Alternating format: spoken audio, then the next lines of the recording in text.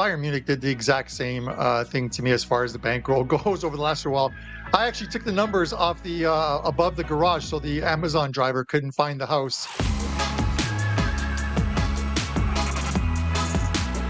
Stoppage time is back. We have some amazing games this weekend. Man City, Arsenal, Bayern, Dortmund, Juventus, Lazio. With us from WagerTalk.com, three of the best soccer cappers you'll find: Kevin Dolan, Nick Borman, and Pavlos Lagaretos, as we break down these three games this weekend that are going to be played over Saturday and Sunday. And I want to get right to it. So right off the bat, Bayern and Dortmund. Kev, Bayern, minus 239 at home. The draws plus 467. Dortmund plus 504. A juicy price on Dortmund here. Give us your thoughts. Goals, Carmine. It's just that simple. Goals. We've seen Bayern before the international break. 13 goals scored. In just two games. And despite sitting 10 points adrift of Leverkusen on the table, just in terms of goal scoring form, Bayern have been absolute machines this season. It's actually been obviously their defense which has let them down in terms of closing that gap. 78 goals on the season scored so far. No one else actually across any of the top 5 leagues in Europe comes close to that tally either.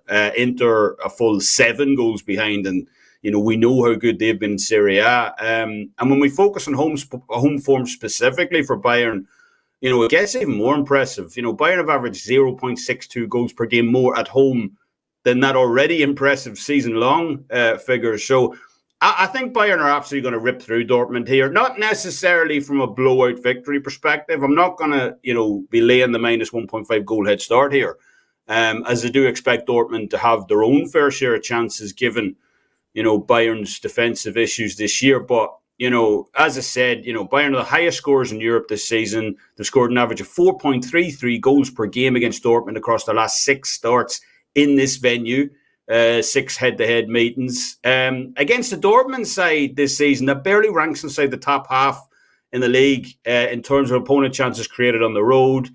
They rank 9th in defensive XG away from home, 10th in terms of opponent shots per game as well. So I think Bayern are going to have a field day offensively in this one. Bayern team total over 2.5 goals is going off at minus 130 right now. It's one of my favourite bets of the weekend. Kev, I tend to agree with you on this one. We saw Bayern obviously struggle. A lot of talk about Thomas Tuchel and that team, and that came after that loss at Lazio in the first leg of the Champions League knockout stages. But they have been scoring at will. Nick, you look at this one, and you got to go back basically 10 games. Which is 8 league games and a couple Super Cup games. The last 9 games have flown over the total, I believe. I think you have to go back to May 26th of 2020 to find a game between these two that did not have 4 goals in it. But it's the first game after the international break, and we know sometimes those are the trickiest weekends in football. Give us your thoughts on this one.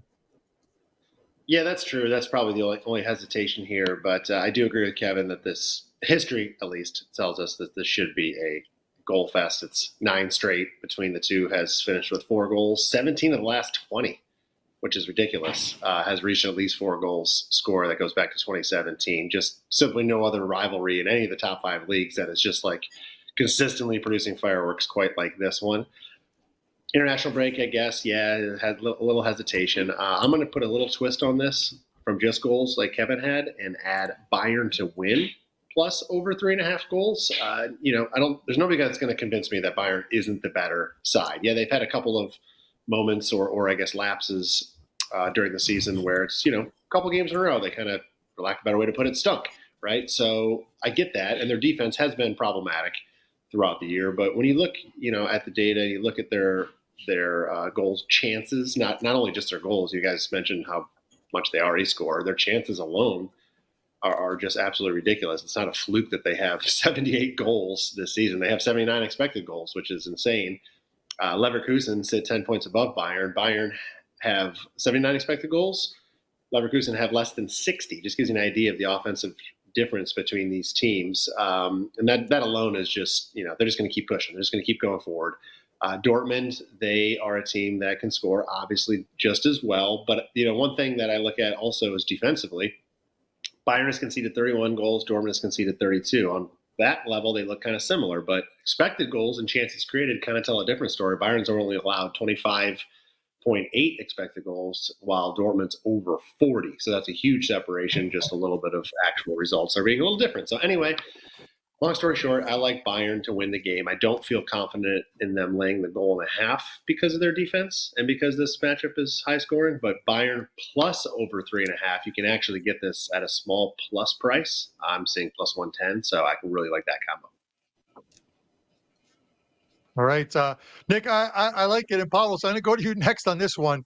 It is one of those ones in which you look at the teams, you look at the data, and you just say to yourself, this has to be like an easy over. And then you watch the game, and it's the complete opposite. And I don't think that can happen here, but anything is possible when two teams hit the pitch. Give me your thoughts on this one. This is one of the probably most, the easiest, don't complicated matches of this weekend. Whenever these two meet, there's always fireworks. Usually it's Bayern Munich who win, and I do expect them to win again. But I still have some sort of PTSD from what Bayern did to my bankroll, in the last 2 months or so.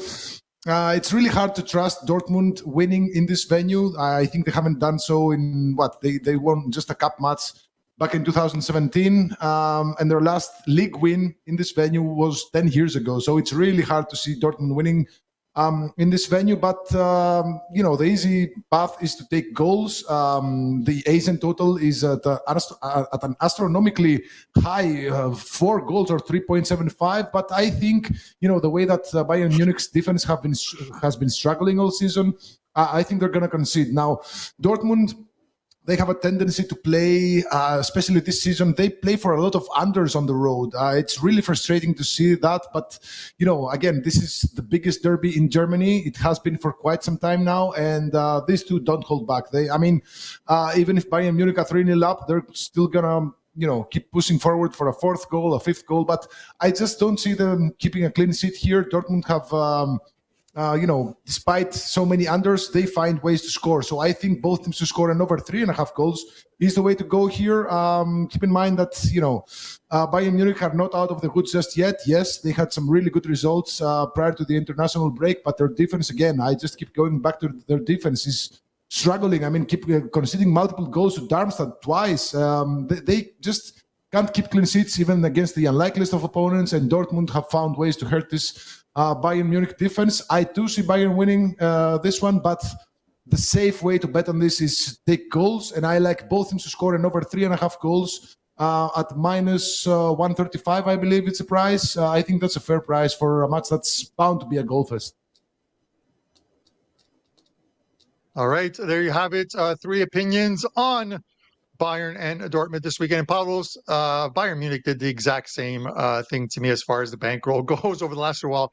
I actually took the numbers off the above the garage, so the Amazon driver couldn't find the house when my wife orders stuff, and just get shipped back to the Amazon warehouse.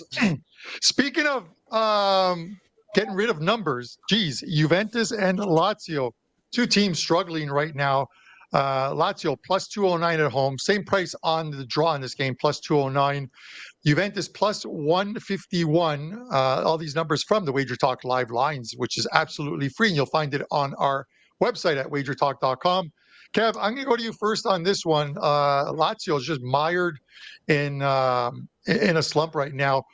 Despite the fact that they beat Frosinone on the road last time out 3-2, this is still a team that just can't seem to win games, and have pretty much played themselves out of a top 6 spot, I have to believe, at this point. What are your thoughts on this weekend's meeting between these two?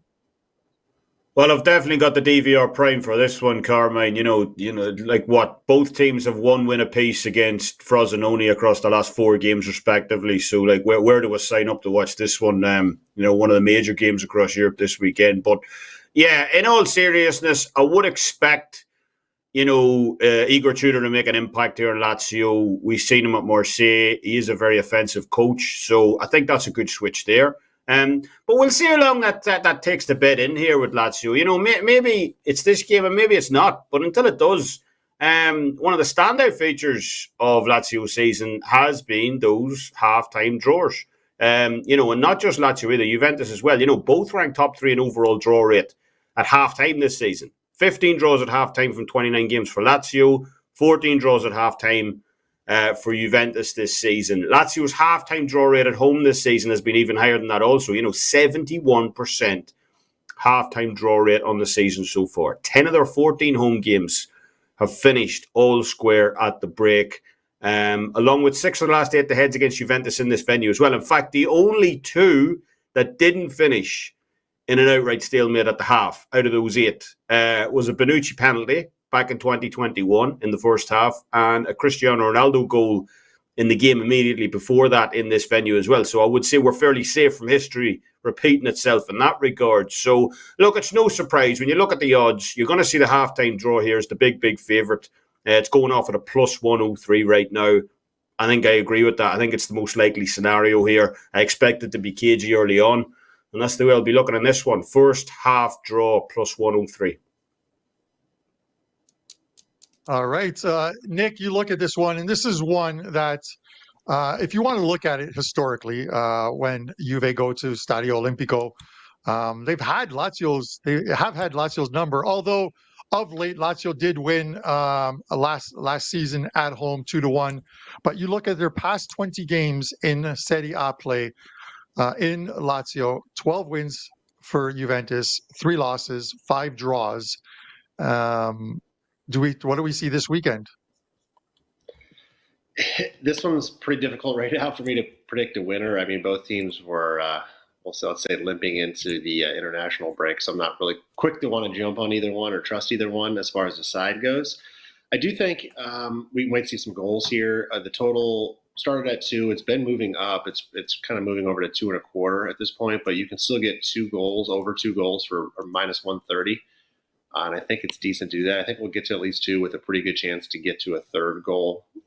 You look at results for Lazio heading into that international break. I mean, they conceded 10 goals over their final 5 matches. Conceding 3 goals to Bayern is one thing, but they conceded twice to each Udinese and Frosinone, who, let's be honest, are not really offensive juggernaut sides. Obviously, that's a little worrisome. Offensively, in those same 5 matches, they failed to score against the 2 good opponents that they faced, which was Bayern and Milan. So I guess Juve is in that same category, or at least closer. In fact, that's kind of been their issue all year for Lazio, is their inability to score against quality sides. They were blanked against Napoli, Inter twice, Atletico, Milan again in a previous match, and Roma. They did manage 1 goal, though, in this reverse fixture. It was a 3-1 Juve win.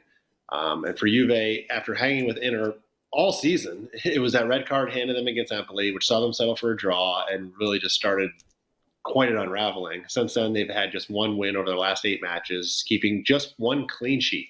And that's the crazy part to me, considering they had kept 13 clean sheets in their first 22 matches. Now they just won over their last 8. It's pretty remarkable to me. They also allowed more than 1 goal just 1 time in the first 22, but they've now conceded 2 goals in 4 of their last 5. Again, maybe the international break will help them reset a little bit, but I really am struggling to understand which version of Juve we're going to get, especially on the defensive side. So I do think both teams will give up some chances to the other, and that will create enough chances for this to get to at least a 1-1, which is what Kevin might be looking for in the first half too. That might not work out great, but you look at the history of these 2 teams. Only one of the last 13 meetings has failed to reach at least 2 goals scored. 9 of those have finished over with a couple of pushes, and again, that's why I like the number 2. So going back even further, only 4 of the last 32 meetings, which is kind of wild. I would have thought we would have saw more of an undertrend, but only 4 of the last 32 have failed to reach at least 2 goals scored. So I'm going to go with that trend and take over 2 goals. I think both coming out of their national break in need of a win. Might try to push a little bit for this one. I like the idea of over 2 in this one, Nick and Pavlos. The reason I like it because it seems like it's going to be hard to find a clear winner on this one, and for some reason, that 2-1 score line, the exact score line, keeps coming to me in this game. The price on Juve winning 2-1 plus 900. The price on Lazio winning 2-1 plus 1100. I'm not sure if I'm going to watch this game or not, and I'm a Juve fan because until they get rid of Massimo Allegri, I just do not like his style of football. Bring back Antonio Conte, and I think they will. I think this summer we see Antonio Conte take over the Bianconero. So with that said, Pavlos, give me your thoughts on this one. I totally agree with goals here. Lazio, you might see their stats, especially their home stats, with a lot of unders. Really, both teams to score. No goals were really rare to find in Lazio's home matches. However, that was under coach Sarri, who is a very, very defensive-minded coach. But he recently resigned, and now they have Igor Tudor, who is actually a former Juventus player, at the helm, and he's his tactics are totally different. He's a more offensive-minded coach. He doesn't really rely on the defense all that much. And, Lazio were already starting to, open up as of late. They're actually on a 7-3 run to the over 2.5 goals with only actually 2 matches in that span producing 1 or no goals. And Juventus have also opened up as of late. They're currently on a 4-1 run to the over 2.5 goals and 5-1 run to the over 2.5 goals on the road. And, as Nick said, this is a matchup that usually features a lot of goals. In fact, the reverse fixture had 4 goals, and just one of the last 13 head-to-head matches had 1 goal or fewer. These two are actually on a 4-1 run to the over 2.5 goals, and each of the last 5 head-to-head matches in this venue had 2 goals or more. So I take all of Lazio's results and all their stats with a grain of salt because they changed their coach. It's a totally different coach, totally different mentality.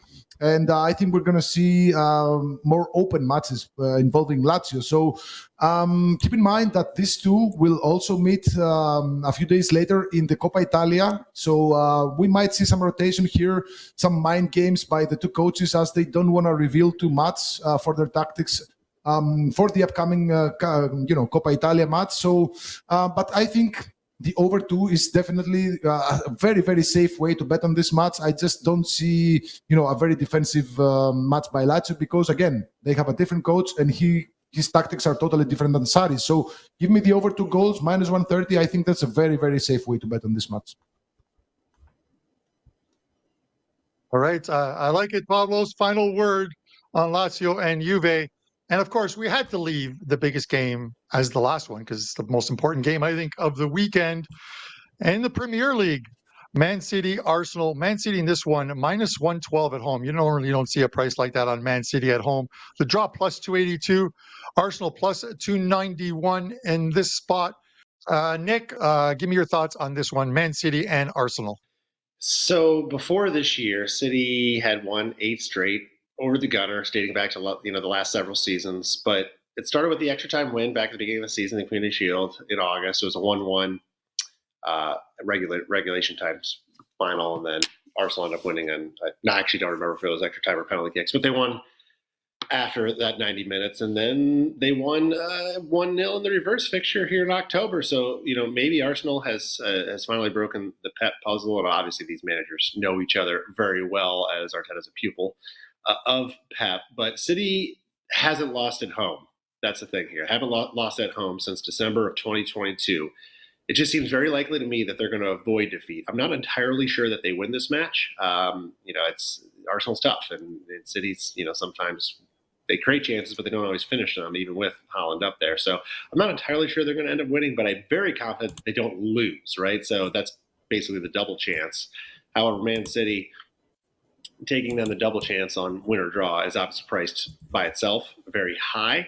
So you can't do that. I'm looking to pair that, though, with something, and under 3.5 goals looks pretty appealing to me. So these are two of the best offensive teams in the league. Yes, we know that. But they're also two of the best defensive teams in the league. And if the first meeting taught us anything, is that because these managers know each other very well and they know each other's style, they're very good at game scripting and setting their teams up here to kind of thwart, if you will, the other's attack.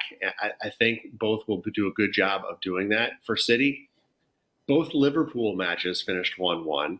And besides the 1-0 Arsenal win, the Community Shield finished 1-1. So you're talking about the top 3 teams in the league for City. All 4 of their meetings so far have finished actually under 3 goals, let alone under 3.5. Arsenal did have the 3-1 win over Liverpool in one match, but the other finished 1-1. I already mentioned the reverse fixture against City. And then another reminder is even, against in the Champions League against Porto, a well-devised defensive plan is what Porto had, and they executed it very well and were very, very close to moving on. But they shut Arsenal down, and both those matches ended 1-0. And I think that this match could very well play out like that. I know most people are going to look at goals here quickly, but I don't think that's going to be the case. So anyway, I'm looking at taking Man City not to lose, which is also referred to as the double chance, plus under 3.5 goals, and that combo is priced, I think, pretty fair at minus 120. So that's kind of my interesting way to look at this one. All right, there you have it. Nick Borman's opinion from WagerTalk on Man City and Arsenal. Molotov cocktail almost wiped out Kevin Dolan's Wi-Fi, but we've got him back. Kev, give us your thoughts on Man City, Arsenal. Yeah, there was a couple of Arsenal fans outside as they thought it was dissing their team, so didn't like it.